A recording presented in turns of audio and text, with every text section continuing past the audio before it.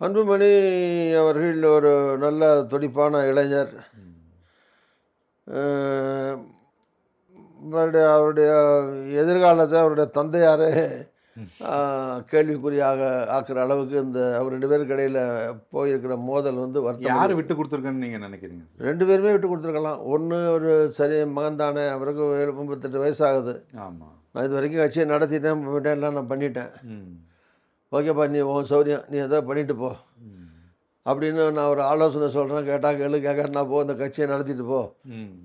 ஏன்னா அவரே சொல்கிறாரு, டாக்டர் ராமதாஸ் அவர்கள் என்ன சொல்கிறாரு, இந்த தேர்தல் வரைக்கும் நான் பார்த்துக்கிறேன், அப்புறம் ஆமா. உன்ட்ட கொடுத்துறேன்னு சொல்கிறாரு. அந்த ஒரு தேர்தலில் மட்டும் ஒன்று இதையும் சேர்த்து நீயே பார்த்துக்கப்போ, நல்லதோ கெட்டதோ நீயே அனுபவி, இருக்கிற ஆளுகளை வச்சுட்டு போகணும் பெருந்தன்மையாக டாக்டர் ராமதாஸ் அவர்களும் விட்டுட்டு போயிருக்கலாம். ம். இவரும் அன்புமணியும் சரி, அவருக்கு 88 ஆச்சு, அவர் தான் கட்சியை நிறுவனார், கஷ்டப்பட்டார், வளர்த்தாரு, போனார். சரி, ஏதோ ஒரு பிடிவாதமாக சொல்கிறாரு. ம். சரிப்பா, இந்த தேர்தல் பொறுத்த வரைக்கும் நீங்கள் என்னமோ பண்ணிட்டு போங்க, ம். நீங்கள் போடுற ஆளுக்கு நான் போய் வேலை பார்க்குறேன், தமிழ்நாடு பூரா போகிறேன், சுற்றுப்பயணம் பண்ணுறேன், நல்லதோ கெட்டதோ உங்களோட சேர்ந்து நானும் அனுபவிக்கிறேன். ம். இதில் 2 பேருமே விட்டு கொடுக்காம பிடிவாதமாக இருக்கிறதுனால அந்த கட்சிக்கும் நஷ்டம், அந்த சமுதாய மக்களுக்கும் நஷ்டங்கிறது ம்.